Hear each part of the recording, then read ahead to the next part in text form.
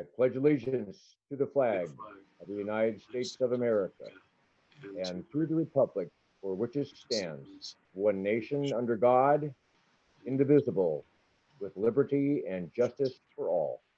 God bless everyone. Thank you, Dean. Roll call, please, Buffy. Councilmember Glauser, Yes, ma'am. Councilmember Johnson, Here. Councilmember Stanfield, Here. Mayor Pro Tem Trent, Here. Mayor Long. Here. All right, thank you. If you'll put the Zoom info up on the screen, we'll give people a couple minutes if they want to join us via Zoom.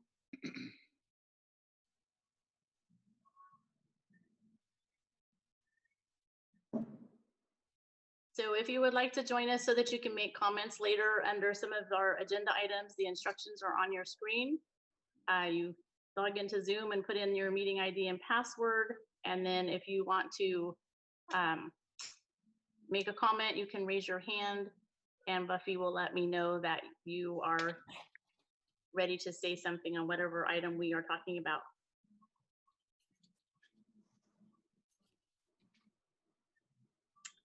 So right now is the time for oral comments from the public. If anyone has any need to address the council or you would like to call in, now would be the time. We'll give it a few more seconds and Buffy will let me know.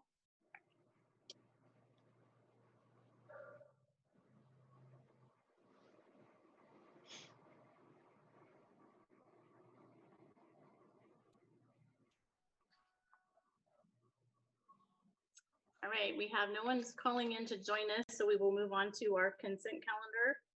We have 5 items, including city council minutes, report of disbursements, a budget request for citywide striping and unsignalized intersection improvements, approve a California Department of Alcohol Beverage Control grant contract and supplemental budget request, continue the declaration of the existence of a local emergency in response to coronavirus COVID-19. Does anyone wish to pull anything? I'll make the motion to approve the consent calendar. I'll second the motion. We have a motion and a second. Buffy? Councilmember Glauser, Yes, ma'am. Councilmember Johnson, Yes. Councilmember Stanfield, Yes. Mayor Pro Tem Trent, Yes. Mayor Long. Yes. Thank you. We'll move on to the only item we have on our city council business is to consider reclassification of the full-time police records clerk position and an amendment to the organizational chart. Staff report, please. Yes, I'll be providing the staff report, Mayor Long. Sienna Emmons, our human resources clerk, did put this together, but I also have Casey Day, our chief of police, available to answer any questions, who helped work on some of the distribution of the different tasks for the various positions. So the item up for consideration is a consideration of reclassification of the full-time police records clerk position and an amendment to the organizational chart. On June 15th, the City Council adopted the current fiscal year operating budget, and the budget included the elimination of the police office supervisor position effective July 15th, 2020. And that was largely a budget saving measure. And it was also felt that the duties of that position could be absorbed into other positions and that the police department could continue providing the same level of service. As a result of that elimination, some of the responsibilities of that position being assigned, staff is recommending reclassifying the current full-time records clerk position to a newly created administrative assistant 3 position. Not all of the essential duties of the office supervisor position will transfer directly, and the new position will not be a supervisory or management position. However, many duties that were formerly of the office supervisor will become the responsibility of the proposed administrative assistant 3. Staff performed an audit of both the current records clerk essential functions and an audit of the eliminated office supervisor position essential functions.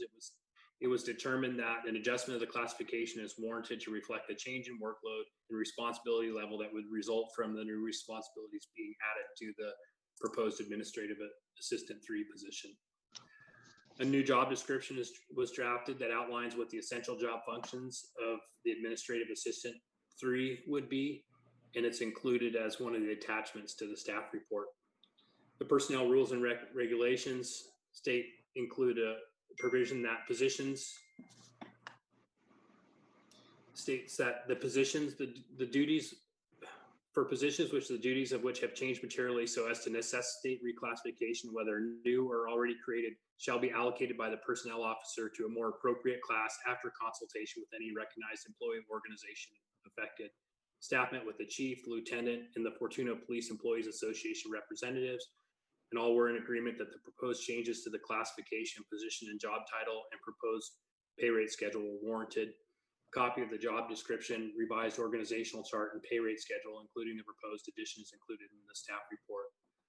With regard to the fiscal impact, the current records clerk pay range is included in the staff report and ranged from $34,507 to $41,983. The proposed administrative assistant pay range will start at $39,356 and go to $47,883.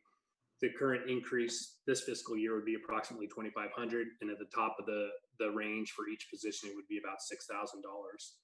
And so that employee would end up seeing a 5% increase from what their current pay is as a result of the reclassification. Our finance director is also on the meeting, and if you have questions about the fiscal impact, he can help you to understand those. So with that, it's staff's recommendation that the council consider the reclassification. Mayor Long, we had someone come in during that presentation. I'm not a member of the public. Okay, let's, does anybody from the council have any questions? All right, seeing none, let's hear from our public.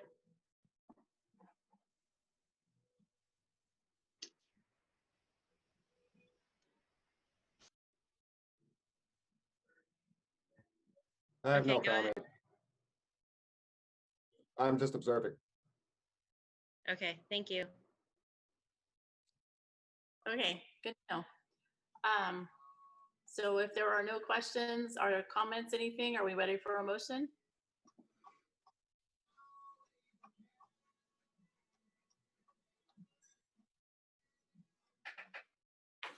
I'll make a motion to approve the reclassification of the full-time records clerk position to a full-time administrative assistant 3 and amend the organizational chart to reflect the change. I'll second that. All right, we have a motion and a second. Buffy? Councilmember Glauser, Yes, ma'am.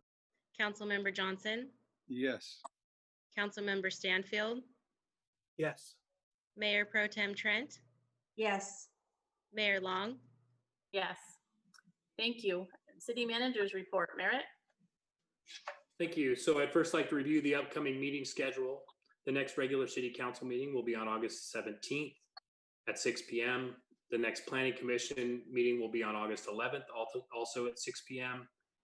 And then on Tuesday, September 15th, will be our next regularly scheduled Measure E meeting. And on August 5th will be the next Roner Community Recreation and Park District meeting. So that's it for the upcoming meeting dates. I just wanted to provide a few brief updates tonight. One of those, we have received a lot of questions on from home and business owners about when is FEMA going to remap the floodplain. As the council knows, we completed a number of flood control projects, and I just wanted, and that we are expecting to have the floodplain remapped and a number of homes and businesses be removed from the floodplain, and therefore the elimination for flood insurance removed. We did submit an application to FEMA to start this process and a fee of $8,000. So we did that on June 25th. FEMA is reviewing our models and our as-built for the survey for all the work that was done. And so typically what FEMA tells us, it's out of our hands. It's a process that FEMA will be undertaking. And they say normally it takes between 6 and 12 months for that floodplain mapping to be redone. There's a public outreach component. My guess is that around December, they'll probably have the draft maps out for public circulation and review. And it's our hope that they'll complete that remapping, and the new flood insurance rate maps will be issued within a year of June 25th when we submitted that. So if anybody's out there with questions, feel free to call our city engineering department. We'd be happy to give you more detail. We also held a small badge pinning ceremony for our police chief, Casey Day, on July 29th. And it was nice to have that done and have Casey officially on board and to be recognizing that, be able to recognize that with him and his family. Another update, the Jameson Creek Culvert project is underway, and that project is near the intersection of Kenwood and Ronerville Road. And as most of the public probably knows, that road has been closed. It's scheduled to be closed until the middle of September. At this point, we have had a couple of delays, but we're still anticipating completing that project and having the road back in service before the end of September. So it may be extended for a couple of weeks. It's going pretty well. A lot of the in-stream channel work that has to be done before the culvert is placed has been done upstream and downstream. And some of the precast culvert segments are beginning to be placed and they're forming a head wall. So that's moving along. There's no other delays that we expect. And so we're excited to have that project finished and or getting closer towards completion and to be able to open the road back up. And we appreciate the public's patience in having to go around during this whole time. We also have another project that's very close to completion. The contractor working on the Safe Route to School project in front of the South School on Newburgh Road and along Lawndale and some of the other areas around. That's very close. They finished the concrete work. They're expected to do a slurry seal of the parking lot area at the high school and then to do some of the restriping, I believe, next week. So that's been a project that we've been talking about for a long, long time, and it's really nice to get close to completion. If the council, if you have a moment, drive down Lawndale and take a look, and it's a completely deal to see sidewalks on that street. And so we're really encouraged about the safety that will add when kids can start going back to school and being able to walk to school again. That's going to be a great safety improvement for that area. And I just wanted to let the council know also, I do have a surgery on my knee that's going to be scheduled for 8/14. So I'm going to have limited availability and some impacts to my schedule. I'll be sending out an email. And I'll also, during that time, I'll be asking our finance director to act as the city manager in my absence. So look for an email from me later this week with details about my schedule. So with that, that's all I have for my city manager's report. Did anyone have any questions for Merritt? I do. I have a question about, this might have been in the consent, but I just want to understand it clearly. The striping at River Lodge and the striping and letters on a lot of the roadways, is that all part of that consent agenda item?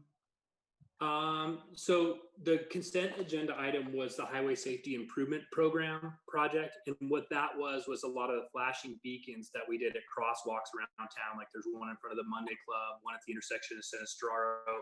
So I think there was one at Main and 16th, and there was another intersection at Main, and that was the push button flashing beacons. And essentially that was to move some of the budget. We expected to finish that project last fiscal year, and we still have another payment to the contractor that's going to happen the current fiscal year. So that was really, it was not a budget increase. It was to shift money from one year to the next year.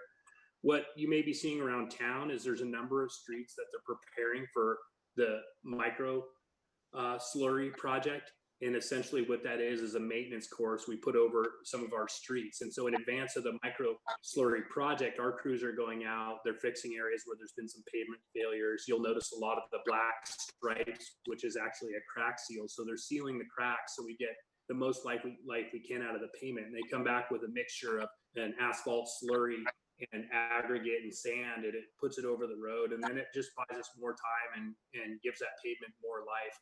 Typically between 5 to maybe 10 years where it doesn't deteriorate so much, so we don't have to do the full reinvestment in a full paving project. So there's a number of streets, including 11th Street in front of City Hall. You can notice that they recently took a lot of striping off, and that's the same with the River Lodge parking lot. I believe they're going to be doing portions of Park Street or the loop that go around there. So that's what's happening there. And I don't have their exact timeline Brendan's on, but my understanding is I think they're going to be coming back around the end of August. It's a project that the city of Fortuna is contracting for, and we're sharing the administrative burden with other cities. So every year we're lumping all of it together to get an economy of scale, get a lower bid price. And so they're doing work, for example, in Rio Dell, the city of Arcata, for Humboldt County. So they're working in some of the other cities, and we've done our prep work, which I think our general service crew is done with. And so when those crews are come back, those streets will be put back, and then they'll restripe them and they'll look brand new again. Okay, thank you. Yep. Anyone else? All right, hearing none, we'll move on to our city council report. Dean? Thanks, Madam Mayor. Nothing to report for Redwood Coast Energy Authority. I'd like to know what the status is for people making aware to the city with the fire hazard with the weed abatement program. Driving down South Fortuna Boulevard, I showed one of the normal fields that would always be a problem, and that's been for that 60 days. So I'm curious to see if anybody has made an effort to advise the owner of that property that they do have a location, an issue. Already got an answer about the Jameson Creek project, and I know the public is really antsy about that because the axillary roads that people have to take, they literally have turned into zoo traffic congestion when people are not normally traveling Ronaville Road to Hydesville. So yeah, the sooner that thing gets done, the faster everybody gets to return back to their normal pattern of behavior. I am still critical of Dr. Frankovich, and I will continue to be that way unless she changes her pattern of behavior by having the infections that she will add on to the totals. What she is failing to do is not clarify the cities that they are happening in. And the reason why I'm adamant about that is it's not confidentiality like she's using as a ploy to not give that information out. It's the need for cities to know that they have hotspots going into their city. The more the public knows, the more the public can change their behavior pattern. Right now, everybody's assuming it's place else, and so they're being very lax on wearing masks. If your city was to be earmarked having 5 new cases, then it might be advantageous for the public to go, oh, wow, I think I need to be wearing my masks. So I guess that's probably the direction as a non-health individual that she needs to clarify all the cities, starting from Trinidad, Arcata, Blue Lake, Eureka, Fortuna, Fuels Landing, Southern Humboldt. I don't care, but she needs to clarify that. Otherwise, we're going to have the continual problems, and nobody's going to be able to change their behavior pattern. Last but not least, God bless America. God bless all of our troops. All of you that are in harm's way working with the public, all the responsible, the fire department, police officers, we want you to be safe, and we want you to be able to have a nice family that's healthy and safe as well. And God bless America. Thanks again. Thank you, Dean. Mike. Well, I don't have anything new to report on the HCOG front. We did not have the meeting in July. We still anticipate having a recruitment for a director and an executive board meeting to get that started, but that hasn't happened yet.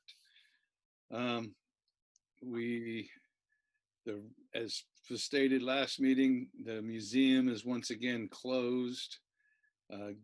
The good thing is it gives people a chance to get some maintenance done and get some exhibits done. The bad news is we can't have the public in there, but I anticipate that. I shouldn't say I anticipate it. I'm looking forward to when we can reopen the museum. It's an asset we have here for the community. I did get to attend a CalPERS webinar. We didn't get any really good news out of it. Aaron also attended it, but we did not get any big bad news out of it either. So I just hope that we can just maintain the status quo at the moment. And no rodeo, no auto expo. It's kind of a bummer for that. Looking forward to next year, but I just wish we could have had it this year. And with that, I'll turn it over to Jeremy. And again, I'll I'll echo Dean with the first responders, especially the fire department, with the heat we've had and the winds we've had. They've had to be Johnny on the spot a few times with some vegetation fires. And you never know when it's going to happen, but when it does, they can respond, and they respond quickly. And I'm very grateful for that. So thank you once again to our police department, our fire department, our ambulance, the hospitals, ERs, for all that they do. And now I'll turn it over to Jeremy. Thank you, Mike. Jeremy? Well, FBID received the PPE, the personal protective equipment, and dispersed it out to over 100 businesses so far, and delivered 100 businesses came by and picked up some PPE, and then they delivered to well over 20 businesses directly to them. FBID has recently hired somebody to redo their website. I'm grateful to see that. It's one I thought that needed a little help, and now they're doing it, so it's great. The message I got from Diana, the director, is that they were going to have a meeting regarding the apple harvest and regarding the citywide yard sale 2 days after her email went out to me. So I don't know if those events have been postponed or modified. I'll report back on that next time. And then I haven't had a Parks and Rec committee meeting since we last met. So that's all I have to report. Thank you, Jeremy. Tammy? Okay, it's only 3 months now left until the election, and I think we really need to get moving on it'll be Measure E, the replacement for Measure G. Is there any way that we can maybe have at one of our next meetings or so, have a copy of whatever the argument for the measure that's going to have to be submitted for the ballot, so we can all look at that? And also, is staff available to write down all of the things that Measure E has done, so we can start working on a brochure for that measure also? I think we really need to start moving on this, because people get their ballots probably in about 30 days from now. And so we want to have a lot of information out by then. And then I attended the chamber lunch meeting with no lunch today. And Chief Day did a good presentation. He did fail to mention what a good council he has here in Fortuna, but that's okay. We'll forgive him on that one. He did promise to smile a bit more. Very positive messages he sent out, so it was a good meeting. And they did have a small update on apple harvest. They're working on a modified apple harvest. So they have to see what kind of permits they can get, because we can still not have any events. So they're trying to see what they can do to modify an apple harvest and still have a little something. And I guess that's all I have to report. Thank you, Tammy. So I will be working on the argument for Measure G this week. Merritt and I have talked a little bit. It is due before the next council meeting, so we won't have time to bring it to you before it goes out. But if you guys have anything that you want to make sure is in there, you can send Merritt an email, because we will be meeting on getting that done. We'll be working on that this week. REDAX meeting has been canceled for August. I do have a mayor select meeting to pick someone from a new person for LAFCO, and I think that's about it. So kind of slow. Anybody else have anything? We do have closed session. So our closed session is conference with real property negotiator pursuant to section 54956.8 of the government code. Property is 320 Main Street. Negotiating parties is the city manager Merritt Perry for the city of Fortuna, and Debbie Chisholm as negotiating parties.